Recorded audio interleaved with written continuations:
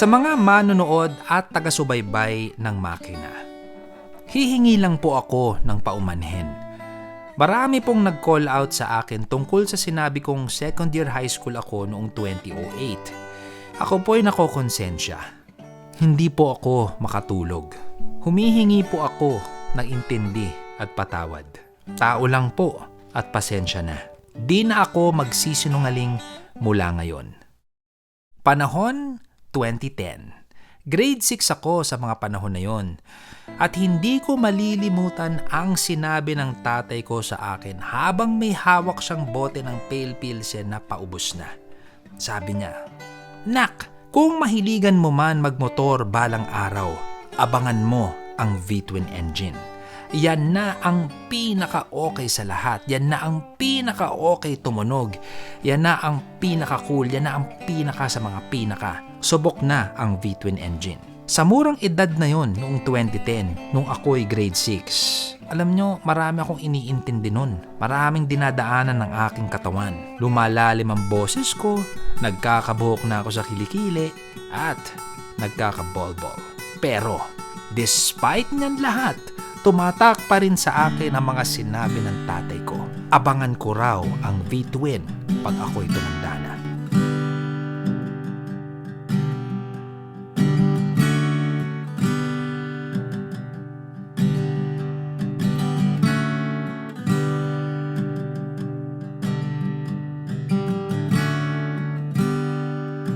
Welcome to your life. There's no turning back. Even while we sleep, we will find you acting on your best behavior. Turn your back on Mother Nature. Everybody. Fast forward tayo, 2022, marami-rami na rin tayong naranasan in the last 12 years. And yun nga, tama ang tatay ko. Matindi pala talaga at espesyal ang V-twin na makina. And bago ang lahat, ipo-point out ko na ang crowning glory nitong bike na ito at yung katangian na nagpapaiba nito sa mga contemporaries niya. Naka V-twin ang FKM Victorino. Now, bakit espesyal? Bukod sa naka V-twin na nga siya, 250cc pa siya na V-twin. Ngayon lang ako nakasakay at nakaranas ng V-twin na ganyan ang displacement. Here you have it, ladies and gentlemen, the FKM Victorino. Victorino. Okay, bago ang lahat, kalimutan natin actually ang lahat. And let's just focus first on the highlight of this bike. Alam nyo kung ano yun? Check that out. V-twin. This is a V-twin na 250cc engine. Saka nakatang ganyan. Diba? So ano ba meron sa V-twin at bakit gustong gusto siya ng tao? Basically, ang isang V-twin engine ay may 2 cylinders na nagsishare ng isang crankshaft. Ang design nito goes way back 1880. Piruin mo yun? Nakakasindak isipin. Lalo na sa akin na parang kalalabas ko lang sa mundo. Na parang, wow, dami ko pang kakaining bigas sa pag-intindi sa mga bagay-bagay. Mga advantages ng V-twin: good air cooling, better balance, it's usually lighter, better size to power ratio, versatility pag minamount, you can mount this low for better legroom, and inherently, mas torquey ang V-twin na engine, so mas madali ang access sa power. Plus, it sounds good. It's a V-twin. Let's go straight to how it sounds. Oh, huh? 250cc V-twin.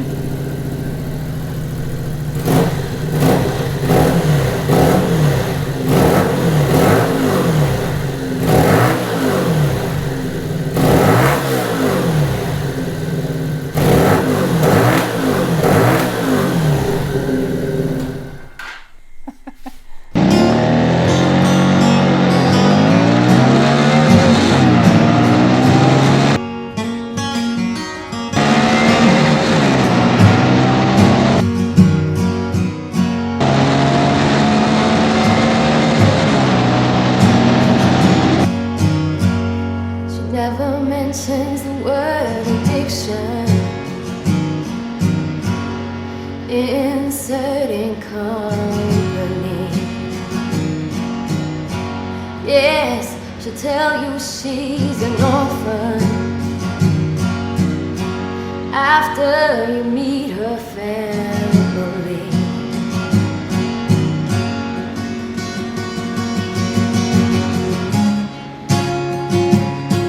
Hindi ko alam kung psychological or what, pero iba nga ang datingan ng V-twin sa small displacement configuration. Usually, we see 250cc sa mga single cylinders or minsan parallel. Eto, dahil V-twin siya, may pakiramdam ako na parang naka-big bike. And since this is a standard mid-control na upright na bike na maraming small displacement na ganyan, yung pakiramdam na big bike yung dala ko ay dahil sa tunog, yung torque, yung alis, at yung balanse na nabibigay ng isang V-twin. Hindi siya parang yung feeling mo na naka big bike ka pero naka 150cc ka na sport bike. 'Di ba parang pag sub ka sa sport bike, feeling mo big bike, 'di ba? Pero alam mong maliit yung bike mo. Eto, because of the visceral experience that you get out of a V-twin, para kang may V-twin na big bike pero in a smaller package. Imagine mo si Arnold Schwarzenegger pero smaller scale. Parang ganun yung ibig ko sabihin. This is the stock pipe. I don't think this is through and through. I think it's got some... Is it a straight pipe? Let's check. Ting ting. Thank you. Baka may tain ng pusa to, Day, ha?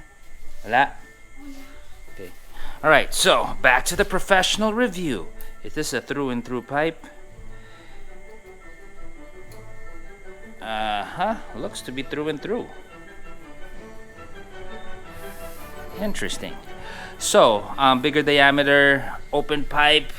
You're gonna get a bigger rumble, of course, but as it is, it sounds great already. Let's talk about how it looks first. Neoclassic, it's all there. Straight po yung ating frame. You got your triangle over here. Pipes are designed well. I mean, para sa akin, yun na yun eh. I won't change the pipes anymore. Pretty happy with that. The whole layout, the stock tires that you put there, makapal yung wall ng gulong sa likod. Okay din yan. It's got a dual sport vibe, so it's hinting that it can do off-road. Although I will already comment in terms of off-road, I find the suspension of the Victorino more on the stiff side. If I were to change anything here, I would probably tweak or get shocks that are a bit more plush, more neutral. Something that I know that I can jump into a bit of dirt maybe, and I know that it will hold yung kanyang pressure and height when I'm doing corners on pavement. So I would definitely work on the suspension on this one. I find it a bit on the stiff side. That said, one of the things that I appreciate about this is the fact na mukha siyang retro pero yung layout niya is a bit on the modern side. You got monoshocks in the rear. Look at the angle. I mean, of course, that means it's towards a modern approach.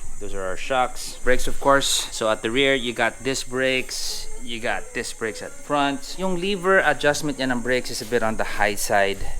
I believe that can still be adjusted. I prefer a bit more play. Overall, in terms of trim and fit and finish, ito yung second na FKM na dumating po sa atin. And the first one was pretty good. A lot of people checked out that video. And I would say yung fit and finish natin dito, it's at par with the bike that we featured before. Now, since we are in classic mode, we are in a retro, neo-retro bike, things that I would change in the spirit of customization and turning this a little bit into something that I would prefer. Magpapalit ako nito. I would put something smaller, more sleek, more bullet type signals. Even here, I would also change this. The headlight I would keep. I think the headlight is beautiful. It's nice. It's slick and it's the size is not too big. It's just right. It's not too small either. It's just right. I like this touch over here with the fender.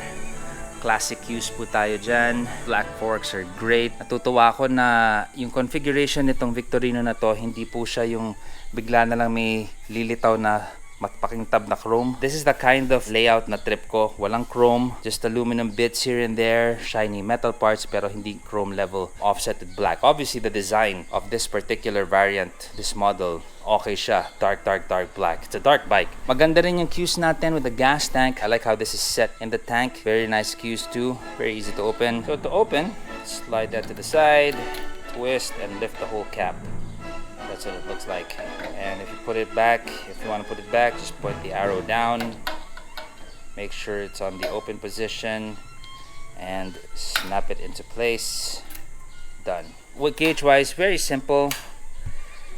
Mixture of analog and digital. Straight odometer. I don't see any buttons here for a trip meter. Odometer You have a gear indicator, fuel gauge, speedometer, RPM tayo dito sa taas. It's pretty simple, it's pretty straight up. I think it would have been nice para panindigan na yung pagka-classic retro niya, neo-retro, if they went all-out analog with this one. And I've been suggesting this in previous bikes that have been coming through Makina lately na what if, di ba, super analog ka sa gantong classic na bike, di ba? Super analog ka, pero meron kang app na kayang mag-connect dito sa bike at kaya mo tignan or ma-monitor yung metrics ng motor mo. Without it having to show on the bike. Tapos yung phone mo, pwede mo naman i-mount na lang dito, di ba? I think that would be nice. It keeps the whole classic look, no compromise. Kung analog, analog talaga. Hindi siya hybrid, but then you get the convenience of modern amenities with an app that can connect the bike to the phone. A comment here, I would say, in the adjustment of the heat shield, this thing obviously can get really hot. You would have to adjust the heat shield. It's fastened with these steel fasteners. Abante nyo siya ng konti para mas malayo pa yung heat shield dun sa pipe, because as you can see, already burn marks here from the pants, meaning to say na urong lang siguro tong heat shield pakaliwa. Pero if this is gonna move towards to the right, angat yung heat shield, you won't be experiencing those burns where your leg pants will be touching the pipe. So adjustment lang naman nitong heat shield, it's no biggie. In terms of everything else that they have here, it's a mixture of regular and okay. Of course, the pipe, I love how it's just snaking from there to here, joining here, going out. Layout is pretty good. Gusto ko tong touch na to. This is pretty good quality. That's also pretty good quality. This is regular. The side cover, I think, may be on the regular side, but it's painted black, so it's okay. On the other side, same. This is pretty good quality, good quality, good quality. That's okay. This is more on the regular side. Covers here is also on the semi matte, so may pagka shiny. You can see a bit of definition there, as you can see, but it's not completely defined. So dispersed pa rin yung ilaw niya sa finish dito sa gilid. It's okay, it's alright. Machining of the V engine, kaya natutuwa ako, I just have to say, 250cc V-twin, sounds awesome. The machining of this is also pretty good. Now, in terms of the seat, pretty okay. I wouldn't change this anymore. I would wear it down before ko papalitan yan to something else. I think a nice pop highlight of brown might do the bike good. You got everything black, dark green, black, and you got a pop of brown over there, and match it with some brown grips. Now into the mirrors, I think the previous rider set it up this way. You can actually put it out this way too, and you're gonna have more range. Technically that's safer, pero nagtiis pogi siya, gusto niyang ganyan. Sure, you can also put this on the other side para hanging din yung mirror mo sa baba. Porma din yun. But then, as I always say, find the most comfortable position and make sure you see everything. Siyempre, safety pa rin priority natin. In terms of the mirrors, papalitan ko ba to? No, I actually like it. It's nice and beefy and it's okay. It does its job. Hindi siya intrusive sa overall look ng bike. It's actually complementing the bike and it looks fine. So you see a side stand switch over here, and this is basically for pagpop mo ng first gear. With the side stand down, mamamatay yung engine. So it's good they have it in this variant. Let's take a look at the lights. Regular lights here, the LED, our signal, not LED. Here are our brakes. One more rev.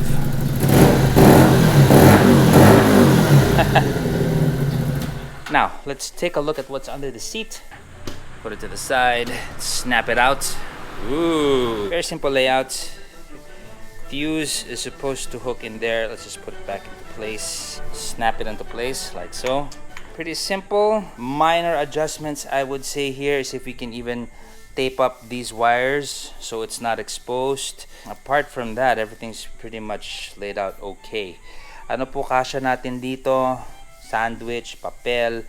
The tools are nestled in here fine. So there.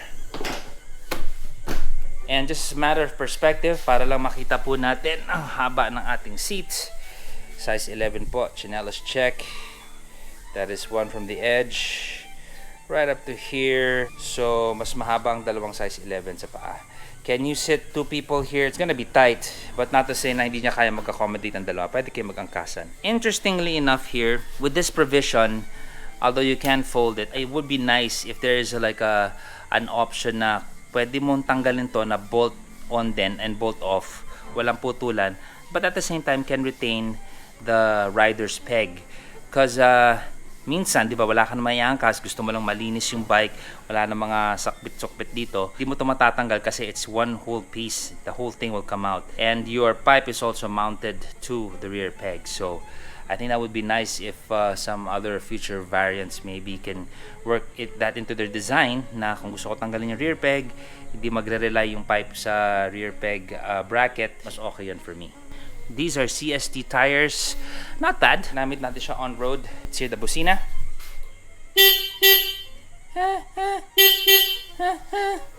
Lower register. Map, map. Nice touch on the safety for this one. That's pretty good. So again, overall, I think what you're getting out of here, we're talking about a V-twin. 250cc V-twin, I mean, I think that's great. A mix of old and new, more of the old. Not much to change aesthetically, except yung shocks. That's what I would work on. Fuel injected tayo, ang tangke niya kayang kumarga ng 13 liters. So ang full tank mo dito at 90 pesos per liter ay nasa 1,170 pesos. Tanginang mahal ng gasolina, ang seat height nito ay 31 inches. So ox lang din. Sax lang siya at 283 pounds sa 250cc category niya. Gulong naman 17 sa harap, tas 15 sa likod.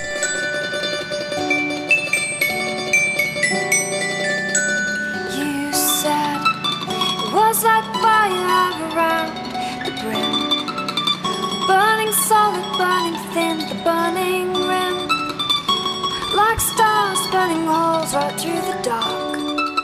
Pagdating sa gamitang araw-araw, okay ba siya? Well, hindi siya scooter at di rin siya mabigat na big bike na cruiser, so depende siya sa pinanggagalingan mo or sa nakasanayan mo. Definitely though, kakaiba ito, lalo na sa nakakaalam pag nakita nila yung V-twin na makina. So para ko na rin sinasabi na kung hindi dahil sa makina nito, mas matcha-challenge ang FKM Victorino sa pag-set apart nito sa iba, sa daming naglalaban sa small displacement neo-classic market. Yung makina talaga yung una mong ipapamukha sa taong mapapintas ng motor. Yung mga taong parang lahat dalang mali at pangit. Pag may ngumaungaw sa'yo nito, sabihin mo, psht, sabay turo ka sa makina. FKM Victorino. There is no ABS with this bike. Okay, we're gonna go for the rear first, 40 kilometers an hour.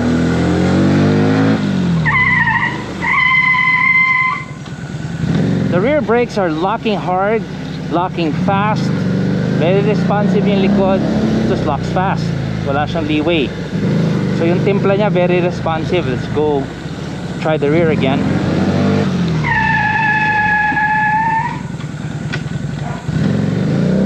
The dogs are reacting.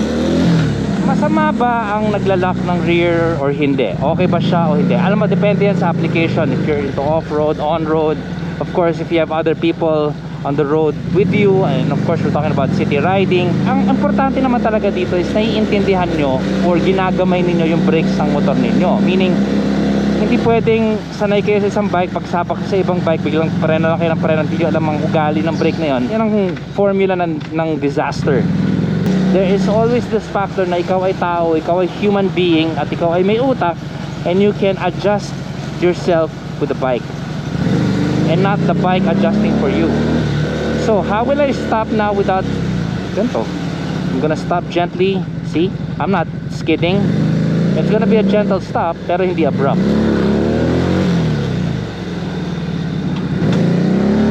If I want to skid, okay, let's go try the front now. I'm gonna take it easy. In fact, I'm not gonna go crazy kasi alam kong wala naman to ABS. So okay, that's one.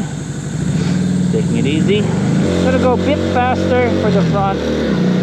Pero parang di na ako lalagpas ng 40 kilometers. Siguro 20, 30. Okay, mas gentle ngayon yung response ng harap. How they calibrated the front brakes is, you know, for it not to lock right away.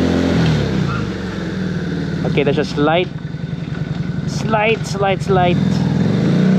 skid there. So I can make this front skid, but I won't do it because obviously for safety reasons. So the good news is I'm not skidding or losing the front. First, second gear, abrupt stopping na todo piga talaga, which is a good thing. Now let's try both. I'm gonna give more force this time sa harap, konti sa likod, dahil alam ko na naglalak talaga yung likod ng mabilis. Okay, good stopping. Now I'm gonna put more pressure at the back, a little less on the front.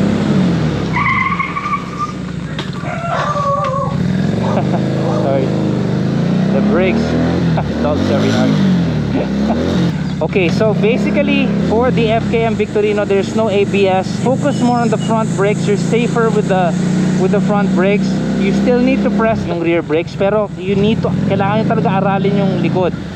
Kasi yung likod, kahit ganito kabagal, kaya kong kumuhala. Like so. Walang perpektong motor. Meron tong room for improvement sa chassis niya and suspension, perhaps either double frame or really thicker gauge steel, and adjustable performance shocks. Yun lang, bibigat to at pas mamahal. Also at 250cc parang maganda kung may ABS na siya. Also, integration with an FKM app para may connectivity yung motor sa phones natin. Para kahit classic yung bike, relevant pa rin sa times ngayon. But then again, nasa halagang 153,000 pesos tayo na halos presyo na ng mga ibang premium scooters na mas mahina. Dito, meron ang 250cc, classic dating mo, at V-twin engine. Sa mga mahihilig sa classic bikes at gustong mag-custom, yung FKM Victorino is definitely a bike to highly consider. Sobrang daming pwedeng gawin dito para gawing unique. Pang-araw-araw, it might not be the first choice for some, pero para sa mga nagbabalak na gawin tong daily service, meron kayong alam. Sersak po para sa Makina Moto. Ay, oo nga pala! The Makina Moto Show, July 29, 30, and 31 sa SMX Convention Center, Manila. Diyan po yan sa Pasay, malapit sa MOA. Oo, darating ang FKM. 3 days, 4 halls, 1 motorcycle industry. Kita-kita tayo dyan. Sersak po! Ciao!